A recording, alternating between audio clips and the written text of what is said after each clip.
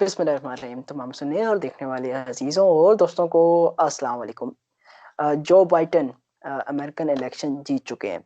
आज हम इसी टॉपिक पर बात करेंगे कि आने वाले जो अरसे होंगे उनके अंदर जो बाइडन की क्या पॉलिसीज़ होंगी।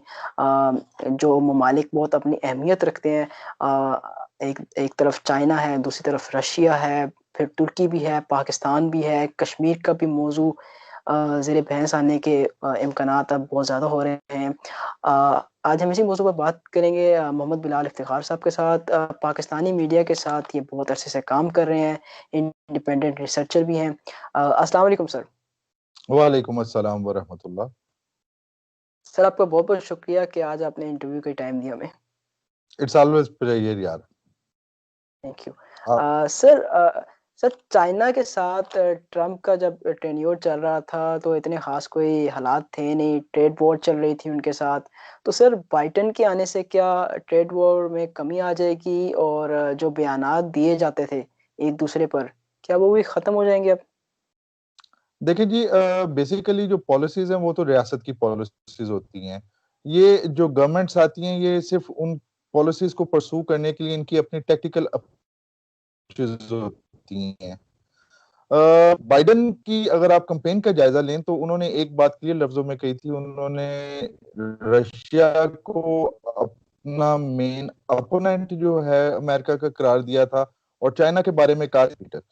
तो बाइडेन के आने के बाद एक चीज जो हम देखने में आएंगे तो एक जो वो मिलिट्री का एलिमेंट था वो जरा कम होगा, लेकिन जो इंडो पैसिफिक की स्ट्रेटेजी है वो उसी तरीके से चलेगी। और चाइना के खिलाफ इंडिया को भी बाइडेन सपोर्ट करेंगे ताकि जो है चाइना को रखा जा सके, क्योंकि वो मेन कंपटीटर। और अब तो जब मेन कंपटीटर आपका और आपका मेन जो अपोनेंट है दोनों अलायंस के अंदर आ गए हों तो फिर तो मसला कुछ और हो जाता है, मसला सीरियस हो जाता है। इसलिए हमें कोई इतना खास चेंज पॉलिसी में नहीं नजर आएगा, लेकिन पॉलिसी की इंप्लीमेंटेशन के अंदर जो तरीका है उसमें हमें जरूर चेंजेस नजर आएंगी। जैसे कि ट्रंप की जो टैरिफ पॉलिसी थी, आप जानते हैं कि अमेरिका सबसे ज्यादा ट्रेड चाइना के साथ कर रहा है, तकरीबन $660 बिलियन की ये ट्रेड है। लेकिन हमने देखा कि उसने अमेरिका ट्रंप ने टैरिफ ज्यादा इंपोज कर दिया। उसका बुलिंग किस्म का एक जो है वो तरीका था जो उसने इख्तियार किया। बाइडेन हरगिज इस तरह नहीं करेंगे, क्योंकि वो पहले भी इसके ऊपर जो ट्रंप की पॉलिसी के ऊपर तनकीद कर सके चुके। हाँ, लेकिन एक चीज है कि डेमोक्रेट्स हमेशा ह्यूमन राइट्स के हवाले से जरूर बात करते हैं। तो हांगकांग का मसला जो है उसके ऊपर प्रेशर अमेरिका डालेगा। उसके अलावा जो है कुछ और ऐसी जगह हैं जहां पे जो है human so called human rights की जो वायलेशन के ऊपर इल्जाम लगाया जा रहा है, तो अमेरिका की वहां पे पॉलिसी जरा अग्रेसिव होगी। लेकिन जो वो मिलिट्री की बात है, जो यूज ऑफ फोर्स की बात है, हमें बाइडेन के दौर के अंदर जो है डिप्लोमेसी जो है, डिप्लोमेटिक मैनूवर्स जो हैं वो ज्यादा नजर आएंगे, जैसे कि ट्रंप से पहले ओबामा के दौर में नजर आते थे। सर, जहाँ चाइना की बात आती है तो वहाँ रशिया की बात भी होती है, क्योंकि ये बहुत क्लोज दोस्त बनते जा रहे हैं अब। तो सर, रशिया की क्या पॉलिसीज हो सकती हैं? हमने देखा कि ट्रम्प जब शुरू-शुरू में आए थे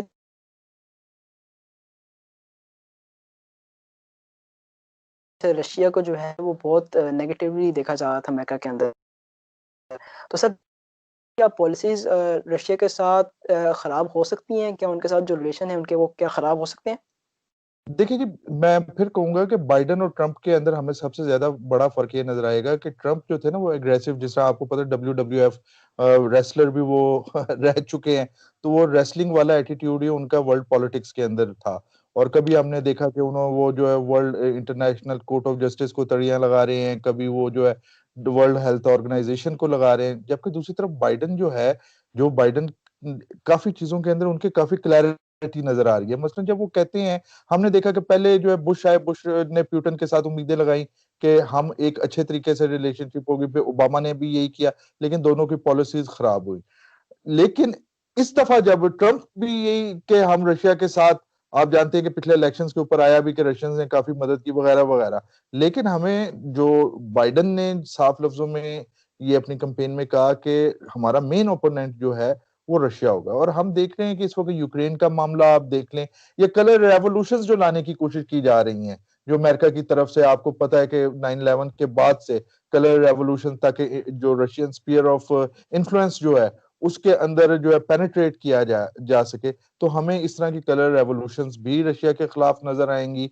और यहाँ पर भी लेकिन डिप्लोमेसी जो है वही होगी, कोई इस तरीके से आई टू आई, जिस तरीके से हमने चाइना के खिलाफ देखा था। बाइडन जहां पे अपोनेंट कह रहे हैं लेकिन वहां पे वो डिप्लोमेटिक। वो सबसे बड़ी बात ये कि नेटो को दोबारा, आप जानते हैं कि यूरोप जो है वो काफी हमें नाराज नजर आ रहा है जब ट्रंप के दौर से, तो इनकी कोशिश ये होगी कि दोबारा ट्रांस अटलांटिक जो अलायंस जो है उसे मजबूत किया जाए, जो नाराजगी हैं उनको खत्म किया जाए। और जो वो एक अमेरिकन जो फर्स्ट सेकंड वर्ल्ड वॉर के बाद खासा रहा है, ममालिक को, डेमोक्रेसीज को एंगेज करके जो है, जो थ्रेट्स जो है उनके सामने उनको लाया जाए। सर अगर पाकिस्तान की बात करें तो पाकिस्तान का एक बहुत बड़ा जो इशू है वो कश्मीर है। हम देखते हैं जो भी अमेरिकन प्रेसिडेंट आता है वो कश्मीर के हक में बयान देता है, लेकिन उस किस्म के काम नहीं कर पाता जैसे कश्मीरियों को रिलीफ मिल सके। तो सर बाइडन ने भी कुछ ऐसे बयानात दे चुके हैं। तो सर आप क्या समझते हैं कि कश्मीर का इशू बाइडन के जब टेन्योर चल रहा होगा तो इसमें कोई रिलीफ उन्हें मिल जाएगा कश्मीरियों को? जी बिल्कुल, मैं बड़ा पुरुम्मीद हूँ। और अगर आप देखें कि ट्रंप ने जहाँ पे 4 दफा प्राइम मिनिस्टर ऑफ पाकिस्तान के को ऑफर की मीडिएशन की, वहां पे इंडिया के जो मजालिम थे आपको एक भी स्टेटमेंट नजर नहीं आती। जबकि दूसरी तरफ चाहे वो जो बाइडन हो, चाहे वो मिस हैरिस हो, इनकी तरफ से हमें, कमाला हैरिस हो, हमें नजर आया कि इन्होंने बहुत ज्यादा दिए। बल्कि आप सेनेटर जे पॉल, अगर आपको याद हो पिछले साल, वो भी डेमोक्रेट ही हैं, तो उनके एक बयान पे इंडियंस इतने ज्यादा ऑफेंड हुए कि उन्होंने उन सेनेटर से मिलने से इनकार कर दिया, जयशंकर ने, जिन्होंने वो बयान दिए थे ह्यूमन राइट्स के बारे में। और आप ये भी जानते हैं कि डेमोक्रेट्स जो है, बेसिकली रिपब्लिकन्स जो है, ये रिलीजियस और नेशनलिस्ट लोग हैं। और आप रिलीजन के अंदर भी जो डोमिनेंट रिलीजन आपको नजर आता है वो है एवेंजिकलिज्म या प्रोटेस्टेंटिज्म की, जो है प्रोटेस्टेंट चर्च की एवेंजिकल शाख, जो उनकी स्टेम है या उनकी जो शाख है वो नजर आती है। और बॉर्न अगेन क्रिश्चियंस नजर आते हैं जो जायनिज्म के बहुत करीब है, जिन्हें प्रोटो जायनिस्ट भी कहते हैं। मजे की बात ये कि जो बाइडन है ये अमेरिका के दूसरे कैथोलिक जो है वो प्रेसिडेंट हैं। और इससे पहले आप जानते हैं कि कैनेडी जो थे वो भी कैथलिक, जो उनका स्कूल ऑफ थॉट था उससे ताल्लुक रखते थे। और अगर आप कैथलिक्स को देखें तो 9/11 के बाद भी जो जॉन पॉल थे उन्होंने रोजा रखवाया था जुम्मतुल विदा का, सॉलिडेरिटी विद इस्लाम। और कैथलिक चर्च की हमें जो है एक पॉलिसी में तसलसल नजर आया स्वाय पोप बेनेडिक्ट के, कि वो मुसलमानों के साथ बातचीत, डायलॉग और अच्छे जो है वो ताल्लुकात रखना चाहते हैं। और इसी तरह अगर आप जो बाइडन को देख लें तो जो बाइडन, एक बड़ी मशहूर बात है कि 2008 के अंदर जो है इलेक्शन जीतने के 2 महीने के बाद काबुल में बैठ के अफगान प्रेसिडेंट करजई को, जो बाइडन ने साफ लफ्जों में कहा था कि Pakistan is 50 time more important then Afghanistan. और आप जानते हैं कि पाकिस्तान का दूसरा सबसे बड़ा सिविल एजाज भी पाकिस्तान जो बाइडन को दे चुका है। इसी तरह मिलिट्री सेल्स के हवाले से भी जो बाइडन ने पाकिस्तान की काफी मदद की, और ये सब कुछ ऑन द रिकॉर्ड है। तो अब जो नजर आ रहा है वो ये नजर आ रहा है कि जो बाइडन का आना पाकिस्तान के लिए जो है खसूसन जो है वो एक अच्छी न्यूज है। क्योंकि जो बाइडन का एक असूली मौकफ है कश्मीर के ऊपर, उनका असूली मौकफ है एनआरसी, जो इंडिया जो है नेशनल रजिस्टर ऑफ जो सिटीजनशिप के हवाले से जो वो मुसलमानों के लिए जो सांस बंद कर रहा है, उनका नाता बंद करने की कोशिश कर रहा है। तो इसको ये शुरू दिन से डेमोक्रेट्स और खासतौर पे बाइडन और कमाला हैरिस जो हैं इसको अपोज करती है। तो हम, मोदी साहब के लिए ये बहुत बुरी न्यूज है कि बाइडन आ गए। हाँ, लेकिन यहाँ पे फिर तजाद जो आप जिसके ऊपर पॉइंट कर सकते हैं कि चाइना के खिलाफ इंडिया को सपोर्ट करना वो मजबूरी है, लेकिन इंडिया को टफ टाइम मिलेगा ह्यूमन राइट्स के ऊपर, कश्मीर के ऊपर, एनआरसी के ऊपर, माइनॉरिटी राइट्स के ऊपर। इस हवाले से पाकिस्तान के लिए बेहतर होगा। दूसरी एक मैं आपको बड़ी इंपॉर्टेंट बात बता दूं, अब वो जमाना गया कि जब आप अमेरिकन कैंप में थे, बिल्कुल अमेरिका के साथ आप जुड़े हुए थे। ट्रंप साहब ने पाकिस्तान के ऊपर सबसे बड़ा एहसान ये किया कि 2018 के अंदर जो उन्होंने पाकिस्तान के साथ फौजियों के साथ फौजी प्रोग्राम भी बंद कर दिया कि हमारे ऑफिसर्स वहां पे ट्रेनिंग के लिए नहीं जा सकते। उन्होंने हमें जो है पाबंदियां लगाने की धमकियां दी। उन्होंने पाकिस्तान के इस हद तक वो आ गए कि उन्होंने कहा कि हम पैसे दे रहे हैं, तुम लोग कुछ डिलीवर नहीं कर रहे। उसकी वजह से पाकिस्तान जो है अमेरिका से इंडिपेंडेंट जरूर हो गया। अब हम चाइना के साथ है, अब जो भी वहां पे होगी चाइना का हम साथ तो दे रहे हैं, हम सीपैक का हिस्सा है। और हम सीपैक को जानते हैं कि अमेरिका के लिए सीपैक और उबोर का जो प्रोजेक्ट है अमेरिका के लिए एक बहुत डरावना ख्वाब बना हुआ है। तो इस लिहाज से अगर देखा जाए तो हमारी कोई डिपेंडेंसी नहीं है अमेरिकन के ऊपर। हम एक अच्छा ताल्लुक चाहते हैं, जो प्राइम मिनिस्टर ने भी कहा कि बराबरी का दोस्ताना ताल्लुक चाहते हैं, हमें एड नहीं चाहिए, हमें रिस्पेक्ट चाहिए, हमें दोस्ती चाहिए। तो हमारे लिए ये एक अच्छी बात है। दूसरी तरफ जो किसी जमाने में पाकिस्तान की सिचुएशन होती थी, आज इंडिया की है। ठीक है, इंडिया उस अलायंस में आ गया है और उस अलायंस की वजह से रशिया को भी ऑफेंड कर लिया। तो अब इंडिया के लिए रिकवर करना बाइडेन दौर में वो ज्यादा मुश्किल होगा। हमारे लिए तो ट्रंप भी आ जाता, वही बात थी। और अगर बाइडेन आ गए तब भी वही बात है, क्योंकि इंडिपेंडेंट फॉरेन पॉलिसीज जो होती हैं, जो नेशनल इंटरेस्ट के हवाले से होती हैं, जब हुकूमतें और इदारे जब वो मिलके एक जो राह मुतय्यन करते हैं तो फिर बहुत सी आसानियां पैदा हो जाती हैं। और अल्हम्दुलिल्लाह 2018 से हम देख रहे हैं कि वो आसानियां पैदा हो रही हैं और एक कोऑर्डिनेशन हुकूमत और इदारों के दरमियान, रियासती इदारों के दरमियान हमें नजर आ रही है। सर अगर पाकिस्तान के पड़ोसी की बात की जाए अफगानिस्तान की, तो सर अफगानिस्तान में इस वक्त अमेरिकन फौजें बैठी हुई हैं और ट्रंप का ये एक बयान भी था कि वो अपनी फौजें जो है वो 25 दिसंबर से पहले अपनी फौजें वहां से निकालेंगे। तो सर आप क्या समझते हैं कि बाइडेन भी सेम पॉलिसी के साथ कंटिन्यू करेंगे या कोई अपनी वो डिफरेंट पॉलिसी लेके आएंगे? देखिए जी, एक उन्होंने इंडिकेशन दी थी बाइडेन ने अपनी कैंपेन के दरमियान के वो चाह रहे हैं कि 1500 से 2000 ट्रुप्स जो हैं काउंटर टेररिज्म के हवाले से वो अमेरिका जो है अपने फौजी जो है वो अफगानिस्तान में रखे।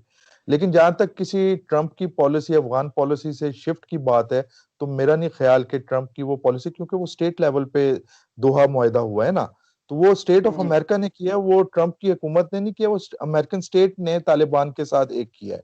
तो पॉलिसी वही रहेगी। निगोशिएशंस जो हैं अफगान तालिबान और अफगान गवर्नमेंट के, अल्लाह करे कामयाब हों। लेकिन कुछ इरिटेंट्स हैं, आप जानते हैं, जो इंडिया की मदद से वहां पे डालने की कोशिश कर रहे हैं। खासतौर पे ये कुछ दिन पहले जो काबुल यूनिवर्सिटी पे हमला हुआ था, तो कुछ अफगान सीनियर रहनुमाओं ने बहुत गैर जिम्मेदारी का सबूत देते हुए ये तालिबान के ऊपर डाल दिया और उसके बाद आपको पता है कि दाइश ने उसकी जिम्मेदारी कबूल कर ली, ऐसा लग रहा है। लेकिन जहां तक पॉलिसी की बात है, मैंने आपको बताया कि जिस तरीके से इससे पहले भी हमारी बात हुई थी कि जिस तरीके से अमेरिकन इस वक्त रशिया और चाइना को इंसर्कलमेंट की कोशिश कर रहे हैं, तो मेरे ख्याल में खुद अमेरिकन पॉलिसी साजों के लिए भी ये, यानी कि ये एक उनके अंदर सोच जरूर होगी कि अपने फौजियों को यहाँ पे रखना सिटिंग डक बनाने के बराबर होगा। तो देखिए अब क्या 1500 रहते हैं या फिर वही ट्रंप की पॉलिसी का तसलसल होता है। लेकिन बाइडेन 1500 से 2000 ट्रुप्स अफगानिस्तान में काउंटर टेररिज्म ऑपरेशंस के लिए रखने की बात तो कर चुके हैं। सर बाइडेन बहुत एक्सपीरियंस पर्सन है बमुकाबला ट्रम्प के। तो सर आप क्या समझते हैं कि तुर्की के साथ जो हालात रहे हैं वो भी चेंज हो सकते हैं? जी बिल्कुल। टर्की जो है एक बहुत अहम मुल्क है नेटो का, और आप जानते हैं कि जो उनकी बेस है एडना के अंदर, वो वहां पे एटॉमिक जो बॉम्ब्स जो हैं, एटॉमिक वेपन्स जो है उनकी भी स्टोरेज है। और जिस तरीके से टर्की को स्नब करने की कोशिश की गई, और ये स्नब करना कुछ अलाइज थे जिनकी दुश्मनी थी एर्दोवान से, आप जानते हैं कि मिडल ईस्ट के, उनके साथ मिलके। और फिर जो है टर्की ने जब मांगा कि हमें पैट्रियट मिसाइल सिस्टम दिया जाए, तो जो सलूक किया गया। और इससे पहले एक बड़ा इंटरेस्टिंग वाकया पहले भी शायद आपको बयान किया था कि 2003 के अंदर टर्किश स्पेशल फोर्सेस के जो फौजी गिरफ्तार किए गए थे इराक के नॉर्थ से, उनको जिस तरीके से ह्यूमिलेट किया गया और 40 दिन के बाद उनको रिहा किया गया। तो टर्की और अमेरिका के दरमियान काफी फासले आने शुरू हो गए। और आप जानते हैं 9/11 का वाकया कि जब हुआ था उस जमाने में भी ये रिपब्लिकन्स ही थे। और अब जो है क्या नाम है, डेमोक्रेट्स आए हैं। तो उम्मीद ये की जा रही है कि टर्की के साथ भी बेहतर करने की कोशिश की जाएगी, क्योंकि टर्की, इसमें तो कोई डाउट नहीं, एक बहुत अहम मुल्क है खिते का, खासतौर पर उसकी लोकेशन और उसका जो इन्फ्लुएंस है, खासतौर पे जो टर्किश रेस आपको मिलती है, जो कि आपके ताजिकिस्तान उज्बेकिस्तान तक आती है, तो अमेरिका के लिए बड़ा लाजिम होगा कि वो अच्छे ताल्लुकात टर्की के साथ रखे, ताकि ना कि टर्की उनके यानी कि एक वो थ्रेट परसेप्शन से निकल के एक अलायंस की तरफ जो है ना वो आया जाए। ये एक अक्लमंदी की पॉलिसी होगी। सर, बाइटन क्या जो चीज़ें ट्रम्प ट्रम्प की टेन्योर के अंदर साइन किए गए थे, क्या उस चीज़ों को भी कंटिन्यू रखेंगे, जिसके अंदर एक बहुत बड़ी डील है, इंडिया के साथ है, बाकी मुल्कों के भी साथ है? क्या उसको बाइटन आगे फर्दर कंटिन्यू करेंगे, या उसके अंदर भी कुछ चेंज कर देंगे, या उसे रोल बैक कर देंगे? देखिए, अगर आप बीका की बात कर रहे हैं तो बीका तो चलेगा, वो तो एक स्टेट ने साइन किया है, वो ट्रम्प ने नहीं साइन किया। जब साइन हो गए तो उस डील को, उस मुआहदे को जो है पूरा करना, वो अब स्टेट का, यूनाइटेड स्टेट ऑफ अमेरिका जो है ना, उसका जो है ये फर्ज हो गया, वो तो चलेगी। मैंने आपसे पहले बात की कि जहां पे आप एक्सपेक्ट करें कि ह्यूमन राइट्स के हवाले से, माइनॉरिटी राइट्स के हवाले से, कश्मीर के हवाले से इंडिया के ऊपर बहुत ज्यादा प्रेशर बढ़ेगा, वहां पे ये भी एक्सपेक्ट करें कि अमेरिका का मेन कंपटीटर चाइना है बाइडेन के हवाले से, और बड़ा सीरियस कंपटीटर है। दूसरा, ये जो सीरियस कंपटीटर है ये अलाई है मेन अपोनेंट का। तो अमेरिका को इन सब को करने के लिए इंडो पैसिफिक भी उसी तरह चलेगी, लेकिन इंडो पैसिफिक के अंदर जो एक फोर्स का एलिमेंट नजर आ रहा था, मतलब एक छोटी सी मैं बात करता हूं कि जिस तरीके से ताइवान की सपोर्ट कर रहा था ट्रंप, यहाँ पे उस तरह नहीं होगा। ट्रंप जो है वो वन चाइना पॉलिसी, ये बाइडेन जो है वन चाइना पॉलिसी के ऊपर यकीन रखता है, और वो साथ साथ ये भी कि जो ताइवान एक्ट है उसके ऊपर भी रखना चाहते हैं, यानी कि जो पॉलिसी है वो दोबारा एम्बिग्विटी की हो जाएगी, वो वाली नहीं होगी कि ताइवान बिल्कुल अलग कर दिया है तो अमेरिका टोटल ताइवान के साथ खड़ा हुआ है। ये भी पता है इस वक्त बाइडेन को जो हालात मिले हैं, इकोनॉमी जो है रिसेशन के अंदर है, कोरोना वायरस जो है वो आउट ऑफ कंट्रोल हो रहा है और जिस तरीके से फैल रहा है, तो उस हवाले से बहुत सी कंपल्शंस भी हैं जो इकोनॉमिक कंपल्शंस आ जाती हैं। इसके अलावा जो है बाइडेन ने सबसे पहले इकोनॉमी को खड़ा करना है, उसके अलावा जो हेल्थ केयर सिस्टम जो है उसे इकट्ठा करना है, और आज की खबर थी कि कुछ एक्सपर्ट्स को जमा करके वो कोरोना के खिलाफ जो है जो स्ट्रेटजी के ऊपर काम शुरू हो गया है। तो हमें यहाँ पे अमन नजर आएगा, उस तरीके से नहीं नजर आएगा जिस तरह का ट्रंप को नजर आए। ट्रंप की आप एक छोटी सी बात देख लें कि मिडिल ईस्ट के अंदर जिस तरीके से जायनिस्ट एजेंडे को इम्प्लीमेंट किया गया, डील ऑफ सेंचुरी के ऊपर राजी करके फलस्तीनियों को कर दिया गया, तो मैं समझता हूँ कि बाइडन के आने के बाद, क्योंकि इसराइल के अंदर भी नेतन्याहू है और नेतन्याहू ने अपने तमाम वेट जो है वो ट्रंप पे डाला हुआ था, तो अब उसको भी थोड़े से उसके रिप्लिकेशन देखने पड़ेंगे, और मेरे ख्याल में फलस्तीनियों को भी शायद जो है कुछ रिलीफ जो है इस सब के अंदर मिले। सर, मैं आखिरी सवाल की जानिब बढ़ूंगा कि बहुत से लोग ये कह रहे हैं कि बाइडन के आने से कोई नई जंगें शुरू हो जाएंगी। क्या सर आप समझते हैं कोई नई जंगें शुरू होने जा रही हैं?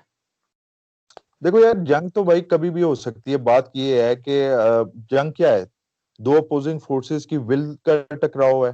ठीक है, दोनों अपनी बात करना चाहती हैं, आपके सामने एक ब्लॉक अलाइनमेंट तो हो चुकी है। आपको पता है कि चाइना एक तरफ है, चाइना रशिया एक तरफ है, एक तरफ जो है वो अमेरिका और उसके अलाइज है। ठीक है, यूरोप जो है उसमें कुछ ममालिक तो अमेरिका के साथ हैं, कुछ दूरी शो कर रहे हैं। सबसे पहले तो बाइडेन का सबसे बड़ा जो टास्क होगा वो तो ये होगा कि अपने जो नाराज अलाइज हैं उनको मनाए और दोबारा ट्रांस अटलांटिक को किया जाए। और अगर किसी मकाम पे ऐसे लगता होता है कि विल्स का टकराव होता है, तो जंग तो कभी भी हो सकती है, कहीं पे भी हो सकती है।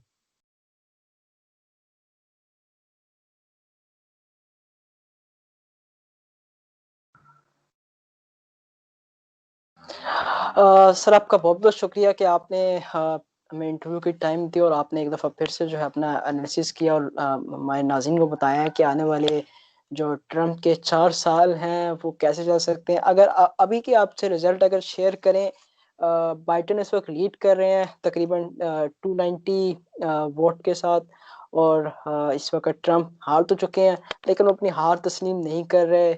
मंडे को शायद वो कोर्ट में केस भी दायर कर दें।